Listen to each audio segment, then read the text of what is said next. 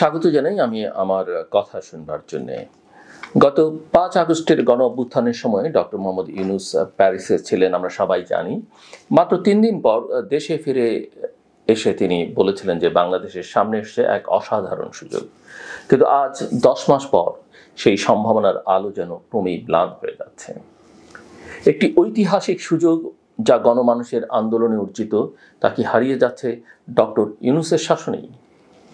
প্রথম দিকে মানুষ মনে করেছিল ডক্টর ইউনূস এই অভাবনীয় দুঃসময়ে হাল ধরতে এসেছেন। দেশ ভাগ্য নির্ধারণে তিনি হবেন সেই নিরপেক্ষ অভিভাবক যিনি কোনো রাজনৈতিক পক্ষপাতিত্ব ছাড়াই একটি ভাঙাচোরা রাষ্ট্র ব্যবস্থার পুনর্গঠন ঘটাবেন। কিন্তু সময় যত গড়িয়েছে তত স্পষ্ট হয়ে উঠেছে ডক্টর ইউনূসের নেতৃত্ব প্রশ্নবিদ্ধ হয়ে পড়েছে। বিশেষ করে তার সংস্কার আগে নির্বাচন পরে দৃষ্টিভঙ্গি নিয়ে এখন প্রবল বিতর্ক তৈরি হয়েছে। একদিকে যখন দেশের বৃহৎ রাজনৈতিক দলগুলো দাবি করছে ডিসেম্বরের মধ্যেই নির্বাচন দিতে হবে, অন্যদিকে প্রধান উপদেষ্টা সেই সময়সীমা নিয়ে একরকম অনীহা প্রকাশ করছেন। কখনো বলছেন ডিসেম্বর, কখনো আবার বলছেন জুন পর্যন্ত সময় লাগবে। এতে আস্থা সংকট তৈরি হচ্ছে শুধু রাজনৈতিক দলগুলোর মধ্যেই নয়, সাধারণ মানুষদের মধ্যেও। ভোটের দাবি এখন আজ শুধু রাজনৈতিক নেতৃত্বের মধ্যে সীমাবদ্ধ নেই।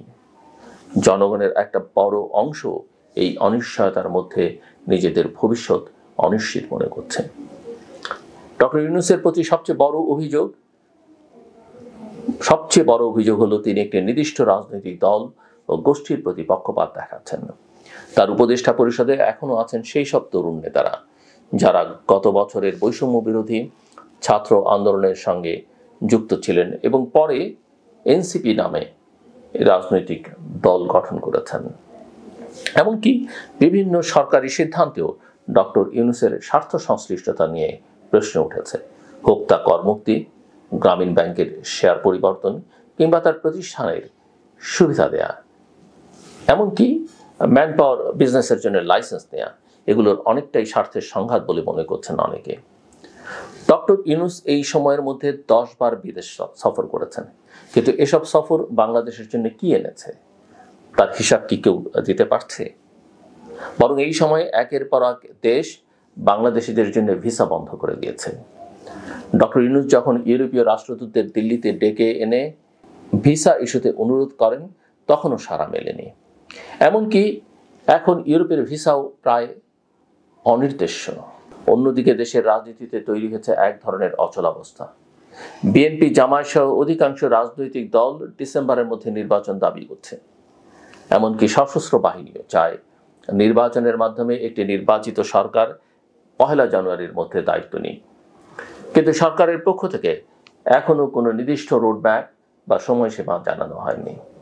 এতে শুধু রাজনৈতিক দূরত্ব নয়, এক ধরনের হতাশা এবং ক্ষোভও বাড়ছে। এই প্রেক্ষাপটে বিএনপির সাংগঠনিক সক্রিয়তা বাড়ছে। বড় বড় জনসভা করছে তারা, যেখানে অংশ নিচ্ছে দলের নেতাকর্মীরা, তরুণরা এবং মনোনয়ন প্রত্যাশীরা। কিন্তু সাধারণ নাগরিকদের স্বতঃস্ফূর্ত অংশগ্রহণ এখনো সীমিত বলে মনে হয়। বিএনপির দাবি তাদের দলীয় সিদ্ধান্ত হলেও জনগণের ভেতর সে দাবি কতটা প্রতিফলিত হচ্ছে তা নিয়ে প্রশ্ন থেকেই যায়। তবে সময় যত যাবে ততই সরকারি দপ্তর, শিক্ষাঙ্গন, পেশাজীবী মহল সহ নানা প্রতিষ্ঠান থেকে রাজনৈতিক অবস্থান প্রকাশ্য হতে থাকবে। এদের সক্রিয় অংশগ্রহণ সরকারকে নানামুখী চাপে ফেলতে পারে।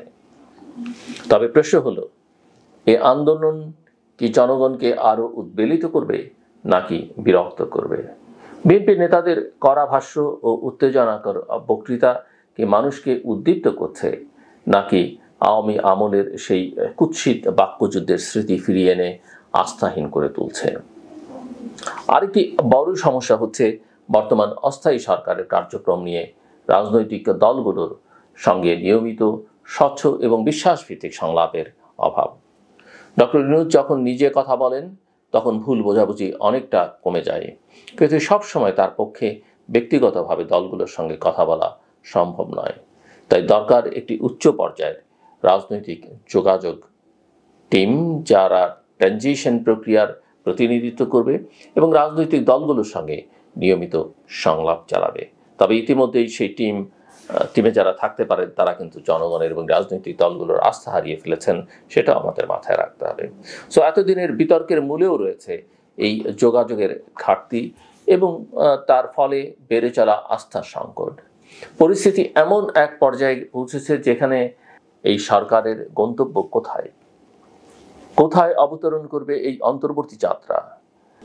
প্রফেসর ইউনূস যদি কিছুটা নমনীয় হয়ে রাজনৈতিক দলগুলোর সঙ্গে অর্থবহ সংলাপ শুরু করেন, তাতে তিনি ছোট হবেন না, বরং ইতিহাসে তার স্থান আরও উজ্জ্বল হবে। একইভাবে বিএনপি সহ বিরোধী দলগুলো যদি পারস্পরিক আস্থা গড়ে তোলে, বৃহত্তর রাজনৈতিক সমঝোতায় যুক্ত হয়, তবে জনগণের সামনে এটি গ্রহণযোগ্য ভবিষ্যৎ রূপরেখা তুলে ধরা সম্ভব হবে। বাংলাদেশ এখন এক ক্রান্তিকালে, একদিকে ঐতিহাসিক প্রত্যাশা, অন্যদিকে বাস্তবের সীমাবদ্ধতা। এই দুইয়ের মাঝে দাঁড়িয়ে আছে ডক্টর ইউনূসের অন্তর্বর্তী সরকার, আর তার চারপাশে অস্থির, উত্তপ্ত এবং আশাহত এক জনগণ। এই বাস্তবতায় কোনো পক্ষই জিতবে না যদি সমঝোতার পথ না খোলা যায়। এখন সময় দায়িত্বশীল নেতৃত্ব, সংলাপের রাজনীতি ফিরিয়ে আনার। নইলে একটি ঐতিহাসিক সুযোগ, যার কথা ইউনূস বলেছিলেন, সেটি ইতিহাসের একটি হারানোর সুযোগ রূপে বা হারানোর সুযোগে রূপ নেবে।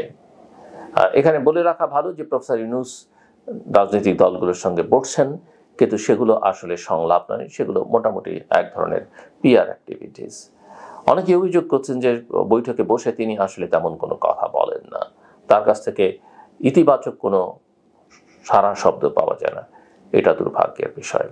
আরেকটা প্রশ্ন আমি বলতেই চাই, না বললেই নয়। প্রফেসর ইউনূস যদি পদত্যাগ করেনি এবং তিনি যদি তার দায়িত্ববোধ সম্পর্কে সচেতন না থাকেন, আমি মনে করি দেশের খুব বড় সমস্যা হবে না। তার প্রতি আমার শ্রদ্ধা, ভালোবাসা সব কিছু বজায় রেখে আমি এটা বলতে চাই, বরং এই সরকার ইতিমধ্যে যে নিরপেক্ষতা হারিয়েছে, এই সরকার যে এক ধরনের অক্ষমতায় আছে, এই সরকার পুরোটাই আসলে বদলে ফেললে নির্বাচনটা ভালো হবার একটা আশা তৈরি হবে। জনগণ হতাশ, রাজনৈতিক দলগুলোর অধিকাংশ, বিশেষ করে বিএনপির এক ধরনের আস্থাহীনতা তৈরি হয়েছে, সশস্ত্র বাহিনীর সঙ্গে তার কোনো সম্পর্ক প্র্যাকটিক্যালি নেই, এবং দেশের ব্যবসায়ী সম্প্রদায় একেবারেই এই সরকারের প্রতি আস্থাহীন। তারা এখনই পারলে কালকেই নির্বাচন চায়, কারণ ব্যবসা বাণিজ্য অর্থনীতির অবস্থা খুবই খারাপ। সবার সহযোগিতা থাকলে, সেনাবাহিনী যদি সামনে থেকে সহযোগিতা করে, এবং আমি বিশ্বাস করি সেটা তারা করবে, পুলিশ আজকে তার দুর্বলতা যতই থাকুক না কেন, আমি মনে করি নির্বাচনের ঘোষণা দেওয়ার সঙ্গে সঙ্গে পুলিশ মোটামুটিভাবে সক্রিয় হয়ে উঠবে। আমি মনে করি সেই সময়ে সরকার পুলিশের ঊর্ধ্বতন কর্মকর্তাদের ডেকে ব্রিফ করতে পারেন, প্রশাসন অ্যাক্টিভভাবে প্রশাসনের ঊর্ধ্বতন কর্মকর্তাদের নিরপেক্ষ কিভাবে ভূমিকা পালন করতে হবে তার জন্য ব্রিফ করতে পারেন। দরকার হলে যারা নিরপেক্ষতার পরিচয় দেবেন না, ঝামেলা তৈরি করতে পারেন, তাদেরকে সাইডলাইনে পাঠিয়ে দিতে সরকারের জন্য খুব কঠিন কিছু না। মনে আছে লতিফুর রহমান এক রাতে দায়িত্ব নেবার সময় 13 জন সচিবকে বদলি করে দিয়েছিলেন। তার জন্য তিনি সমালোচনার শিকার হয়েছেন। কিন্তু আমি অনেক সময় বলেছি যে তিনি যখন জানেন তিনি এই দায়িত্বে আসবেন, তাহলে তার তো হোমওয়ার্ক করতে কোনো অসুবিধা নেই। কাজেই আমি মনে করি ভয়টয় দেখে লাভ নেই, কারণ এই সরকারের সঙ্গে যারা আছেন তাদের প্র্যাকটিক্যালি কেউই সেই অর্থে দেশের জন্য কিছু করতে পারেনি। কারো কারো ব্যক্তিগত কাজ হয়েছে, সুবিধা আদায় করেছেন, বা একটা ভালো চাকরি হিসেবে বিষয়টাকে নিয়েছেন, কিন্তু কল্যাণকর দীর্ঘমেয়াদে একটা ভিশনারি কোনো কাজ কেউ করতে পেরেছেন বলে মনে হয় না। এবং তাদের সঙ্গে জনগণেরও তেমন কোনো সম্পর্ক আছে বলে আমি অন্তত দেখতে পাই না। অনেকে মনে করতে পারেন আমি কি হুনুরের না, কারণ আমি সারাক্ষণ এর মধ্যে থাকি, অবজার্ভ করি, প্রক্রিয়ার এটাই আমার কাজ, একমাত্র কাজ, 24 ঘন্টার কাজ। সো আমি দেখি না। কাজেই তারা যদি পারেন ভালো, আমি বিশ্বাস করি এটা তারা পারবেন, তাদের সক্ষমতা নেই, তারা নিরপেক্ষ নন। একটা নতুন সেট যদি করতে পারেন, সেখানে অবশ্য অনেকের নাম ঘোরাঘুরি করে, আর সেগুলো আবার ট্র্যাডিশনালি ঘোরাঘুরি করে, কিন্তু আসলে না, একদম দক্ষ, সক্ষম, যোগ্য, ভালো লোক দিয়ে 3 মাসের মধ্যে একটা নির্বাচন করা সম্ভব, এবং সেক্ষেত্রে আন্তর্জাতিক শক্তিগুলো আমি মনে করি সহায়তা এবং সমর্থন দেবে। শেষ করবার আগে বলি, এটাও মোটামুটি খাবার দাবারের প্রসঙ্গ। খাবার টেবিলে অনেকে ইলেকট্রনিক ডিভাইস নিয়ে বসেন, ফোন, আইপ্যাড, এই কাজটা করবেন না।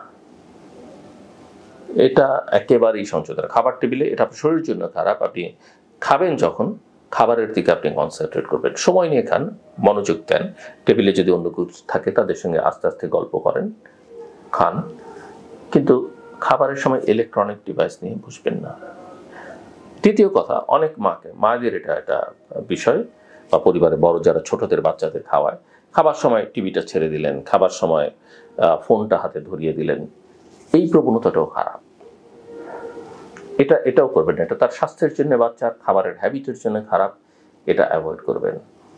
ইলেকট্রনিক ডিভাইস আমাদের অনেক কিছু সহজ করে দিয়েছে, কিন্তু একটা জিনিস আপনারা নিজেরাও খেয়াল করলে বা খোঁজখবর নিলে দেখতে পাবেন, টেক ইন্ডাস্ট্রির যত বড় বড় কর্তা আছে, বিল গেটস থেকে শুরু করে ইভেন মার্ক জুকারবার্গের কথা যদি বলেন, তারা কিন্তু তাদের ফ্যামিলিতে ইলেকট্রনিক ডিভাইসের ব্যবহার কিন্তু খুব সীমিত, খুবই সীমিত।